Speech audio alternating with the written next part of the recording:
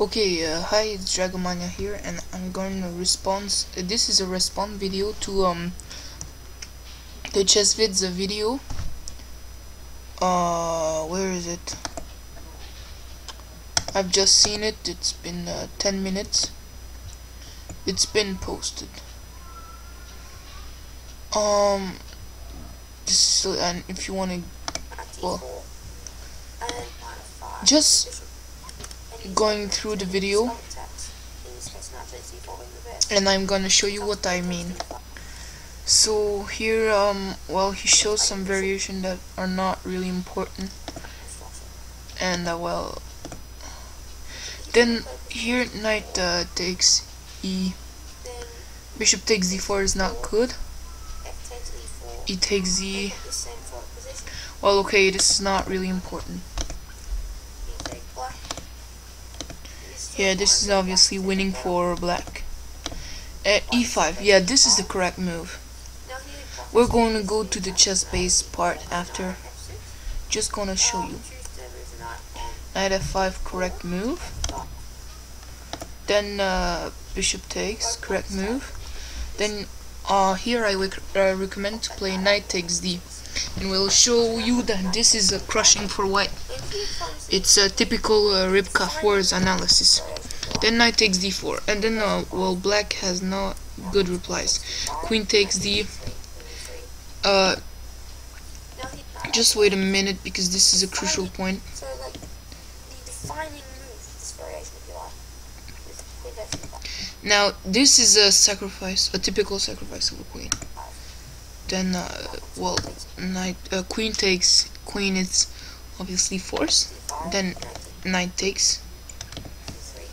Here, queen d3 or queen d2, it's the same. Knight d takes, rook, correct move. Queen takes.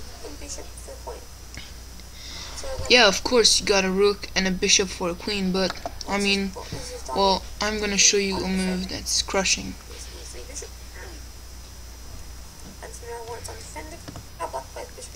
Yeah, bishop e6. And here, yes, white's got the queen for the rook and bishop, but from a practical perspective, I think the overall evaluation of the position is in black's favour. No, it's not in black's favor at all. I mean, here the bishop develops d3. He's not obligated to develop on d3. I mean, well, the move is start here. Well, okay, finish the video. Let's go in chess base now. Let's run quickly through the moves. If you want to see detailed analysis of these moves, go on chesvids, Sicilian dragon variation. The first moves are correct. Not queen c1, f3. Start the kingside attack, kingside castle. Queen d2, knight c6. Queenside castle, and the only challenging move that black has is d5. Other move had been tried, but I just don't want to go through them. Knight takes d4, bishop takes d4 could be played, but then knight d5 from white could be a plan, and then exchanging the fire bishop and just being better. So d5, then king b1, knight takes d4, correct move, e5, correct move. These are all the strongest moves. I don't want to waste time on the other. Maybe I will do a video for the other. So these are all correct moves, orders. Whoops. Not queen takes, because it loses obviously to knight takes bishop, but this move. Then comes the surprising exchange, and then here queen d3. Whoops. Queen d3 or queen d2. It's the same. but then, okay, let's pick queen d2 or well, queen d3 because it's the main variation. Against this, well, knight takes rook is force, and queen takes d1, and in this position bishop e6. Against bishop f5, well, I'm not quite sure, but I think that g4 is obviously good. Bishop to d3 is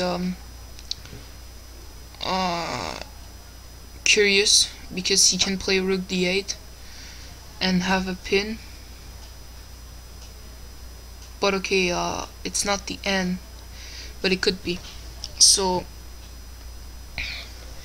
here, bishop f5, g4. I think it's in white's favor. Yeah, this gives a big advantage with g4. Then rook fd8, and well, other move, but white has a big advantage, big advantage. Starting obviously the kingside attack. But here,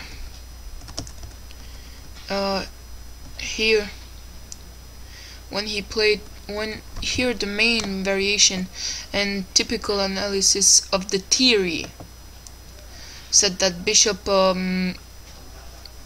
e6 is quite strong, but I'm not sure with that, and I completely disagree with the theory, because then comes bishop b5, and then I'm not sure why theory hasn't considered that, because it's quite a good move.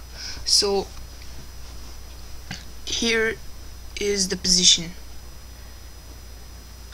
when the critical move in this position, knight f5 occurs. Then all the sacrifices, typical dragon play. Then bishop e6. Here bishop b5. I want to pose the question to all dragon players: how you can refute this line? I mean, the idea is pretty simple, because the bishop on d3 isn't gonna do nothing, so why should we put the bishop on d3? Bishop b5 is much stronger because there's an idea behind it. a6, bishop b5.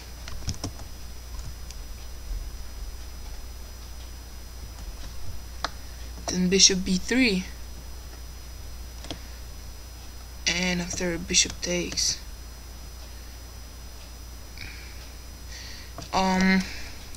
here no one everyone consider the c takes b, but because there's no attack for black, but no one considered a takes b, which gives an advantage for white, actually.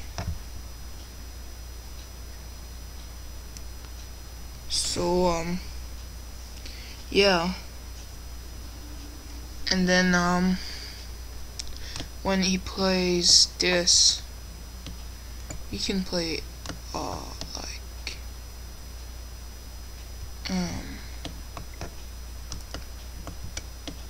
then this is the king is perfectly safe here, and I think that white has a strong advantage. So okay, so bishop b5 is quite strong. So I pose the question to all dragon players: what should you do against bishop b5? Make a video now, please, and tell me that you can really refute king b1's line, because if you can't, well, the dragon is in jeopardy. And well, I just want to talk with you because the dragon, it's impressive when white came up with many new and good ideas. So that's why I recommend you to not play the dragon, but to play accelerated dragon. Because like myself, I don't like when my opponent has many options. That's why I play accelerated dragon. And because well, let's face it, if he plays e4 c5 knight f3,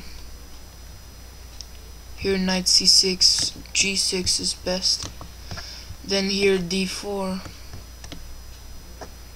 take knight c6, then well, c4 is designed with the Maroczy bind, but white has fairly difficulties time to time to like prove that c4 is a good move. So yeah, so if so let you should prove me that well, let's just go. That's not really worth much because it's in the pot. Well, here because well, I don't have a board now, and I don't want, because there's not much minute on my video. If you play instead of bishop d3, if you played bishop b5, well, what would you play with black? So that's my question to you. What would you play with black?